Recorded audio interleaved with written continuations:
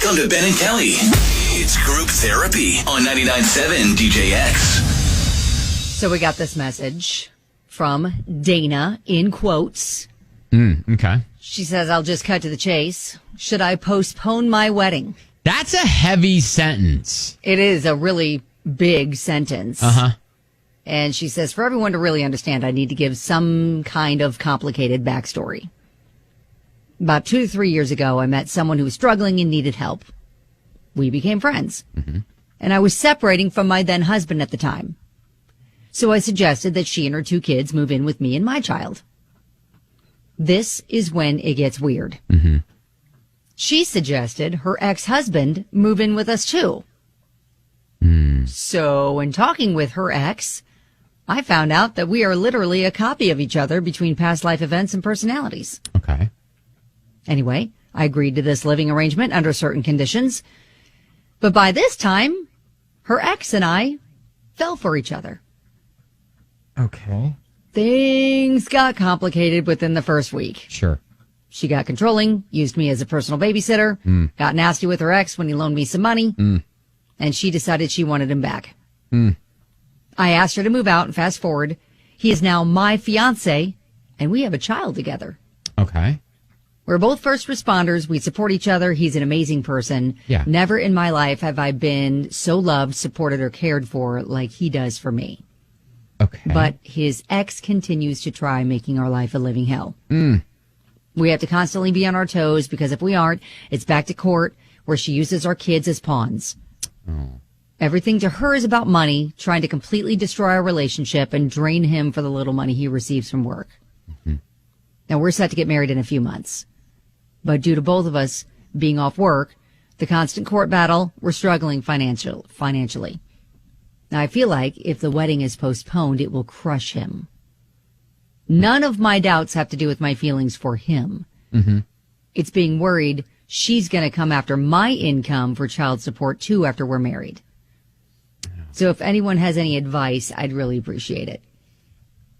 Okay. I think, if you boil it down, and I know it's a complicated situation, but I feel like I have an easy answer, and that's if you even said it yourself, you love him, he loves you, you guys are right for each other, just do it. Okay. But I think it's a lot of the family law issues I think that she's kind of concerned about. So if anybody's got any legal expertise, as in, can she come after her money as well if they get married? Okay. Gretchen texts in and says, I'm not a lawyer. Been through similar situation. They cannot use another spouse or partner in calculating support. She can just go to Kentucky.gov and they have a calculator there to help. Oh, okay. Yeah. Jordan says she can't come after your income. You have no financial legal obligation to their children. Your income won't increase his child support amount. Okay. Man. So All right. that's got to That's make gotta her help. breathe a sigh of relief. Yeah, for sure. So if you've been in this situation and can offer up what happened with you, I think that'll help Dana in this situation. So 502-571-9970. That's what we do with group therapy.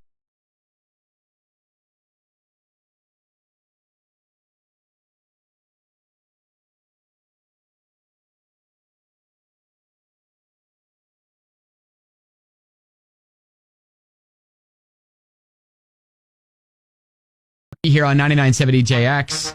It's group therapy. Dana is supposed to be getting married in a few months, but considering not even postponing the wedding because there's some drama with an ex and child support being a factor, thinking that, maybe this ex is going to start going after her financially, and she and her boyfriend or fiance, are they fiancés? Fiance, yes. Yeah. They are planning to get married in a couple of months. Yeah. But she was worried about, should I postpone this whole thing because of this ex causing all the trouble? Listen, there's a lot of legal advice and legal experts rolling in to a lot of people saying that, listen, she can't touch your money because you have no legal obligation to their kids together. Yeah, Catherine even says, hey, I'm a family law attorney. This is not legal advice, but worrying about child support should not hold her back from marrying him if they truly believe they should be together.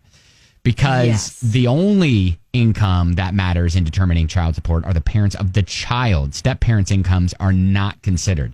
Again, Okay, that's good. That's good news for her because that was one very big concern. yeah. Now, Sandy, the same thing happened to you, right? I had joint custody with my ex-husband, and when I had married husband number 2, he made more money. They cannot do that.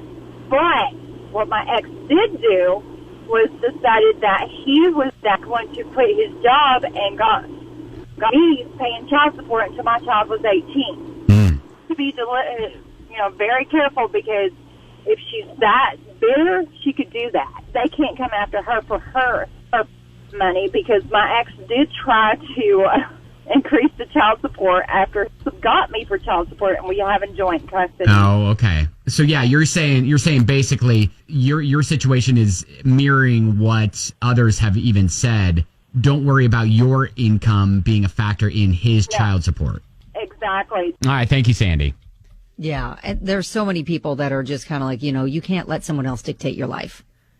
Now, Jess said, don't postpone your life because of a bitter ex. She can't come after your income. Love your life, live your life. Congratulations and good luck. So there are others that say, look, run, don't postpone the wedding, cancel it. Put yourself in therapy. You crossed so many lines.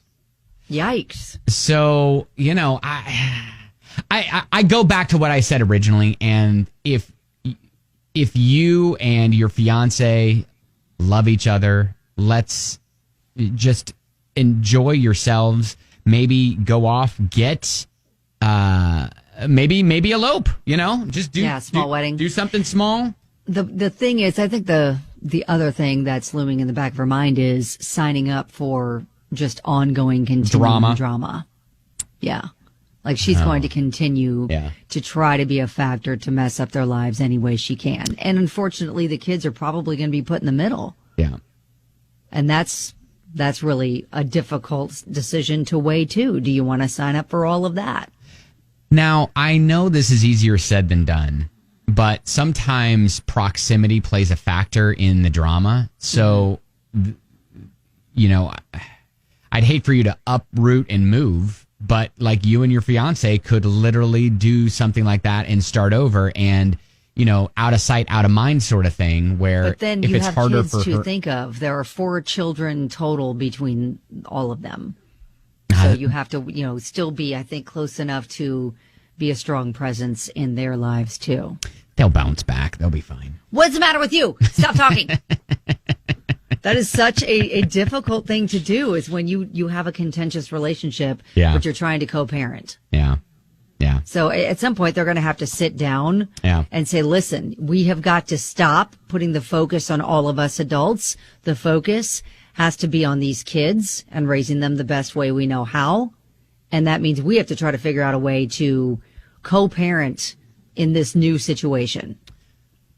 So I think we're saying don't necessarily put off your love, but maybe contact a family lawyer, family court lawyer or something like that. Some sort of mediator that can help you guys figure out some sort of an arrangement to where everyone's going to try to be happy and moving forward, putting the kids as the focus. Right. All right. Well, keep us posted. Hopefully it works out. Hopefully you're able to marry your fiance and the drama subsides. It is. It is tough. I mean, the wild card factor is the ex, obviously, and how she's going to approach them moving forward. Yep, 100%. All right, Dana. Thank you, and again, keep us posted.